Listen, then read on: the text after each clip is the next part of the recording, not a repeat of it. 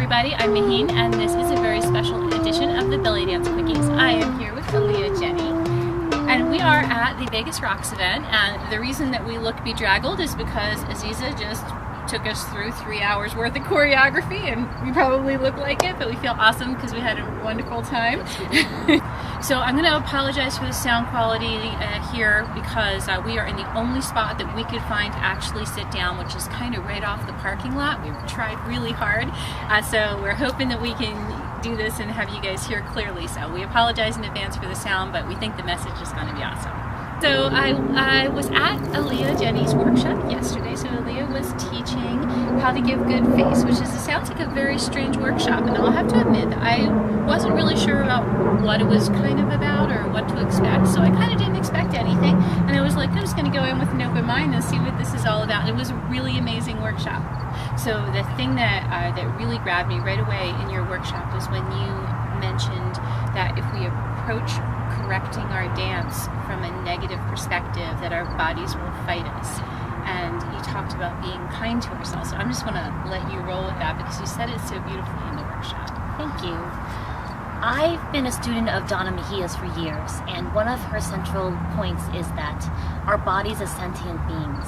They want to give us whatever we ask of it. It will literally kill itself to give us what we need or what we think we want.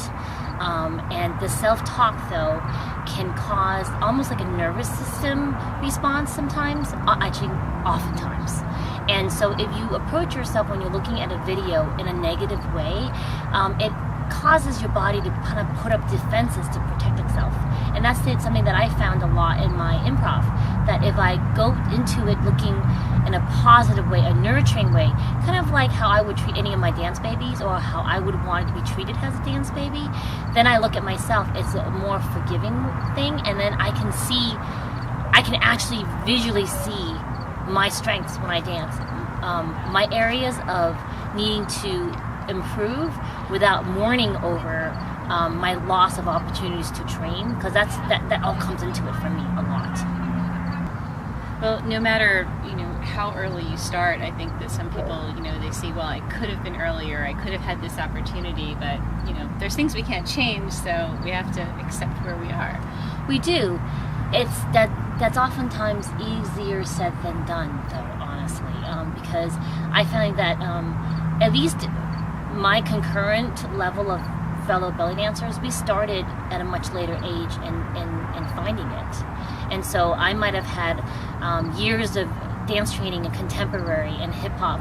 When it comes to Arabic music and dance, which is a whole nother culture, I'm just scraping the top of the iceberg right now. And I'm always feeling like I'm excited and yet sometimes overwhelmed by the amount of knowledge that I still have to learn to make myself elevate my performances, because I have that mental image of where I want to be, and I have all of my my dance heroes that I stare at all the time, because there's a concept that I learned from 8 Elements with Rachel Bryce about staring at what you want to become. So there's a lot of YouTube people I stalk of all genres, and I stare at them and I think to myself, that's what I want to become, at least in my version of it. Mm-hmm. Yeah, I think that we have a lot of dance idols in different ways, and I think like sometimes we really love the arm style of one person, or we really love the musical expression of someone else, and we can seek to find the best of each of those teachers for those things, and then assemble those things into what becomes uniquely our own in the end. I really want to go off of there because that's, I think, part of what we have to do when we're watching videos of ourselves, is take a piecemeal, pick out the parts of our performances that we like. Maybe your arms were great that day, or we like the way we did the hip movement, or we thought, oh wow, I love the tilt of my head, I want to keep that. And then kind of like, not gloss over, but go, oh, alright, my feet were sloppy. Not mourn over how sloppy your feet were, I mourn over how sloppy my feet are. Or posture or core or anything like that. Focus on the positives, focus on the strengths, use those methods that are easy for you to tell your story. So speaking of telling your story, that's the second workshop you're doing today, right? Is your story. So when you talk about dancers telling their story, like, kind of just give us what you mean about that. Yes. Okay. So here's the thing. I might get into hot water because this is just my opinion, right? And opinions are opinions; they're not facts. That's what art is. Art is all. Art is all about opinion, it's very subjective. So my subjective opinion is that fusion needs to own up to telling stories that we personally know. So there's nothing wrong with a theatrical production of something that you don't know, and I applaud people for doing that. And there are some quite successful artists out there that do that. I found that in the mainstream media, and also even in our Bellydance community, the people who tell the best stories are the ones who tell the stories that they have personally experienced, or they draw on feelings that they have personally experienced. So you might want to dance something about sadness and overcoming it, and you have to dance from your experience of having experienced sadness. You can't imagine what it feels like, because when that happens, the audience senses oftentimes that it's a parody of what you think it is versus you actually having experienced it. So I mostly dance stories that come from my own personal experiences, but I try and extrapolate it to make it more of a universal theme. Yeah, and I've gotten the chance to see 2 of your pieces this weekend, and definitely very strong in the storytelling element. You know, you really got your point across with it. They were lovely to see. That's great, thank you. And you know, training never ends. That's why I'm in Aziza's workshop, because my 3 foundations I normally draw from that I'm inspired are hip-hop, contemporary, and Arabic music and dance. Those 3 I'm always concurrently studying all the time to try and mesh so that I can have my own unique voice, you know, and I think that's what every artist, we all hope to strive for. And so that to tie into what we were talking about earlier, the video of yourself is to help you achieve what you have in your mind's eye of where you want to go. And it's a little bit of a razor's edge you're balancing on sometimes between not wanting to become a replica of your mentors and the people you're stalking, and then finding your own voice, but having a line of where you're trying to get to. So you're trying to be loving to yourself and be firm about where you might not be hitting the mark, because there's one thing if you make an artistic choice about doing something or not doing something, knowing full well that some people may not get it, versus going, oh, why didn't you get it? Because, you know, this was my plan. Does that make sense?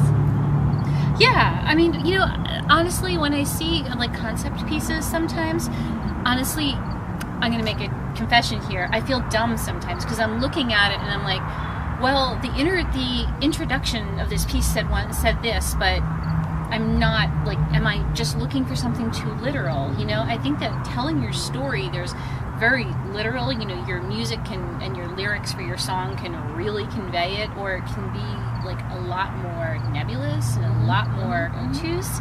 And I think that sometimes as an audience person, and I know I've experienced this sometimes, I feel like, well, I'm not sure I got it. It's like, what did I miss, you know? And so, you know, there's always the putting it out there and then the receiving, because communication is a completed channel. You know, it's a completed circuit. You have to send the message out and it has to be received. But just because the audience, in the case of a dance performance, doesn't exactly grasp the how and the why of what the message was supposed to be, I feel like in that case it doesn't diminish the fact that the artist had a need to say it. You know, I mean, like you walk into like a modern art museum and you see this, you know, blue canvas with a big white dot, and it's supposed to mean something super significant, and you're like, I'm not getting it. Yeah. You know? Yeah. I mean, it's like sometimes pieces feel like that, but then, you know, it's like, it's really, that was their chance to say it, and you can take it, not take it, you know, whatever, and it doesn't really change that, you know? I agree and I disagree. Okay. I agree that everyone has a voice. We're all artists. But I have to just say, listen, there's one thing if you want to dance something in your living room and be like, I just want to express myself. But what happens then, and this is what a lot of people, I feel, they forget sometimes. If you're going to serve it up and present it to an audience, you want to do it with the full knowledge that some people may not get it. They may not like it, and you have to be okay with that. Because some people, they get really insulted if, oh, you didn't get my message, or you didn't like it, or how dare you be affronted by it. And it's kind of like, but that's the risk you take when you perform a piece out in public. And as long as you're okay with that, you know what I'm saying? I mean, right now we're in an internet environment. So anything you put on the internet, we're here in the States. Somebody in South Africa is watching your video. If you inadvertently make a choice that turns them off, you turned off a whole community of people that you didn't mean to. That you're trying to reach this worldwide audience. That's why we put our videos out on the web. Because we're trying to reach the audience, right? And so that's why I started Raw Epiphany, Real Artists Within, because what I wanted to have a safe environment for fusion artists to get feedback from trusted teachers I've personally gone to or I've watched them teach, so they can give you a subjective opinion of, did they get your piece, and they do it in a loving way. And then I bribed the dancers this past year with scholarships. So if you went and performed at my event and got adjudicated feedback from professors and also people we deem as professionals in our field, Jelena, Donna Mejia, and Joseph Williams from New York City, then I awarded you with a scholarship. We gave away 16 scholarships this past year. I mean, I don't know if I can gather 16 or 20 or 30 or 40 or however number of people. But that's the goal. And then next year, we're doing a little bit, because I'm constantly changing the format, we're going to do peer review. So people in the audience, if they want, if a performer's performing in the festival stage would like feedback, she can elect to do that. And then the audience member who wants to give feedback must submit their own video for feedback. So there is a peer review exchange. So that, for example, if someone says, "Oh, Jenny, I didn't like your piece. I didn't get your piece." Instead of me going, "Oh, I'm crushed. One person didn't like my piece," I want to go, "Okay, can I look at your work?" "Oh, your work. That's why you didn't understand my piece," or "That's why you wouldn't have made the choices I made." It's an educated type of choice. Yeah. I think reacting to an audience's responses to our piece it's like it has two sides to it, because sometimes not every day can be your best day. You go and you do a performance and you're like, everything that maybe wasn't quite right with it, or your energy level just wasn't great that day, but you did the best you could that day. And someone comes up to you afterwards and says, "Oh wow, I really love that." And then you hear dancers, and they do this all the time. "Oh, I was just so tired. I'm getting blah, blah, blah," and like they'll kind of degrade all of that stuff. It's like, wait, they liked what you did. They're allowed to own the way they received that piece. Don't take it down. But that's what we also have to learn too, because if you get the personal feedback, that is a positive thing. I've noticed that, and also, the peer review can work in two channels. You can be directive, meaning I would like to know if you want to give me feedback. Did you like my music choice? Did you feel that my costuming complemented my storyline? That kind of a thing. Versus just give me feedback. What did you think of it? It can be directed or open-ended feedback people get, and we do need to learn to take compliments. I feel like when we don't take a compliment, whether it's from like a peer who's doing a more analytical kind of analysis of our piece, or just from an audience member who just saw it and is not picking it apart, I feel like when we don't just be gracious and accept the compliment, that we're somehow negating their experience of enjoying the piece. I agree with that. And I feel like that's, that's one side of it. Like I said, I feel like there's two sides, because there's also the thing that I really believe in the thing that I put out there, and I accept that it is not for everybody, and not everyone is going to like it. And in that case, you have to be like, you can have your opinion, and that is all fine, but it doesn't change how I feel about the piece that I made. And the thing is, though, we have to get to that level as a community, because not everyone feels that way. Some people, they offer up a piece and it's very fragile.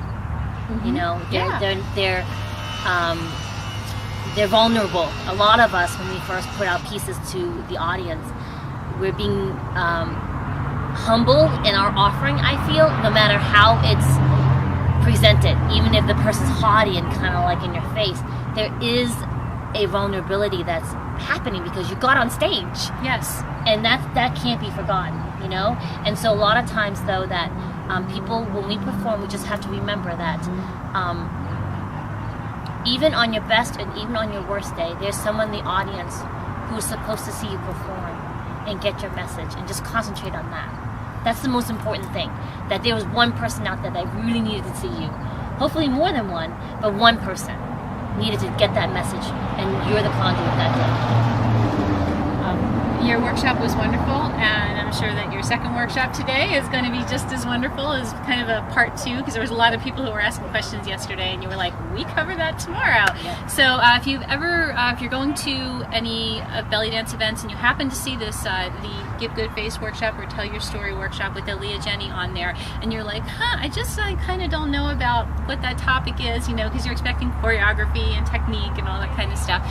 Definitely take the time and do it, because it was a real surprise and eye-opener. Like I said, I didn't really know what I was walking in for, but I was like, hey, let's just do this, because I think it's really good to, you know, come into workshops like that. It's just to come and, you know what, instead of what do I think I'm going to get, what does this person have to offer, and just be open to it. And so it was a really wonderful thing to take that workshop yesterday. My DVD's coming out later this year. It's being produced by Candlelight Productions. And so I've got an authentic communication DVD coming out. Fabulous. So thank you so much, and I hope that we get a chance to see you and talk to you again. If you'd like more information on Aaliyah Jenny's work, I will include a link in the description box for this video down there. And thank you so much for talking with us today. Thank you so much for having me. I really did love you. All right, you guys have a wonderful week. We'll see you next time. Bye-bye.